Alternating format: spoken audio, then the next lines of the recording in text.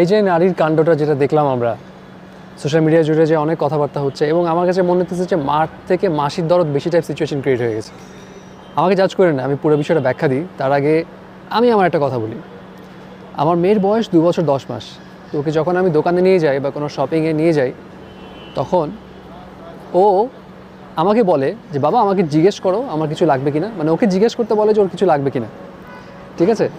তো এই সময়টাতে এই বয়সে আমরা কি করতাম? আমরা জিদ করতাম না অনেক কিছু, জিদে একদম হাত পা ছোড়াছুড়ি করতাম যে আমার এটা লাগবেই লাগবেই লাগবেই। বাট ও জিদ করে না, ও সিচুয়েশন ক্রিয়েট করে যাতে ওকে জিজ্ঞেস করা হয়।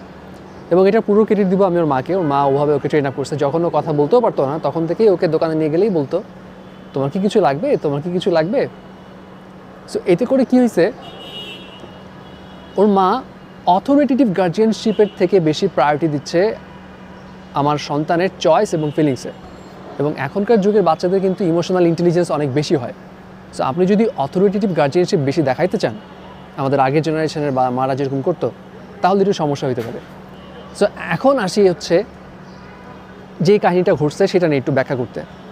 সিচুয়েশন অনেক কিছু হইতে পারে, বাট ভিডিওটা দেখে যতটুকু আমি বুঝছি যে এখানে এই বাচ্চা মেয়েটা কোনো কিছু নিয়ে জিদ করছে বা ট্যান্ট্রাম দেখাচ্ছে, বা তার মা এখানে অথরিটেটিভ একটা গার্জিয়ানশিপ দেখাচ্ছে। অথরিটেটিভ গার্জিয়ানশিপ মানে নো মানে নো, তোমাকে তো এই জিনিসটা দিব না মানে দিবই না।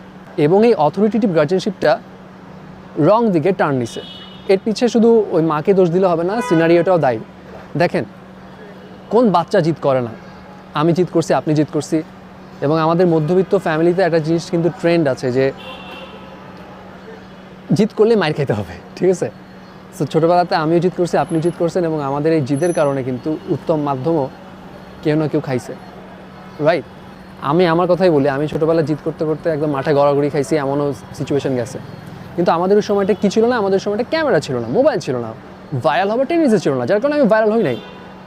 যদি থাকতো তাহলে হয়তো ভাইরাল হয়ে যেতাম। সো এখানে দেখেন সিচুয়েশন কি, একে তো ওই নারী অথরিটেটিভ একটা গার্জিয়ানশিপে আসে, তার বাচ্চা ট্যান্ট্রাম দেখাচ্ছে, এটা নিয়ে ফ্রাস্ট্রেটেড, তার উপর আবার এত ক্রাউড, এত মোবাইল, এইসব সিচুয়েশানে সে অভ্যস্ত না। এটা দেখে হয়তো সে আরও অ্যাঙ্গারে নিয়ে আসছে, আরও হয়তো ফ্রাস্ট্রেটেড হয়ে গেছে। এবং তার বাচ্চা যে অলরেডি ট্যান্ট্রামে আছে, সে হয়তো এত মানুষের ভিড় দেখে প্যানিক হয়ে গেছে, প্যানিকের কারণে সে তো আরও কান্নাকাটি করছে। তো জিনিসটা একটা হজবরল সিচুয়েশন ক্রিয়েট হয়ে গেছে, এবং ওই মা তার ফ্রাস্ট্রেশন হয়তো তার বাচ্চার উপর তুলেছে গায়ে হাত দিয়ে, যেটা কখনোই সাপোর্ট করি না। কারণ একজনের ফ্রাস্ট্রেশন আরেকজনের উপর, স্পেশালি নিজের সন্তানের উপর উঠানোতে কোনো কৃতিত্ব নাই গার্জিয়ানশিপের। রাইট? তো এখানে জিনিসটা এটাই বলবো আমি, যে আমরা অনেক সময় অনেক কিছু না বুঝে জাজ করি। সিচুয়েশন হলে অনেক কিছু হতে পারে। এবং ওই লোকটাকে নিয়ে অনেকে কথা বলছে যে হাজব্যান্ড কেন কিছু করলো না, সে কেন ঠান্ডা মাথায় বসেছিল। ভাই, এখানে ওই লোকটা অনেক ম্যাচিউরিটির সাথে জিনিসটা হ্যান্ডেল করেছে। সে চায়নি কোনো সিনারিও ক্রিয়েট করতে এখানে। এবং আমার কাছে মনে হয় জিনিসটা তার এখানে এটা করা উচিত ছিল ওই সময়টাতে। সে সিন ক্রিয়েট করলে বা তার ওয়াইফকে যদি উল্টাপাল্টা কিছু বলতো, তার সন্তানের এখানে একটা বাজে মেন্টালিটি ফিট করতো যে আমার মা যখন আমাকে শাসন করবে তখন আমার বাবা হয়তো এইভাবে আমার মাকে ট্রিট করবে, আমার মাকেও হয়তো শাসন করবে। সন্তানদের শাসন করা দরকার আছে, বাট অথরিটেটিভ গার্জিয়ানশিপটাকেও কন্ট্রোল করা দরকার আছে। দুটো জিনিস আসলে এখন এই যুগে ব্যালেন্স করে চলা দরকার, আমার কাছে মনে হয় এটা।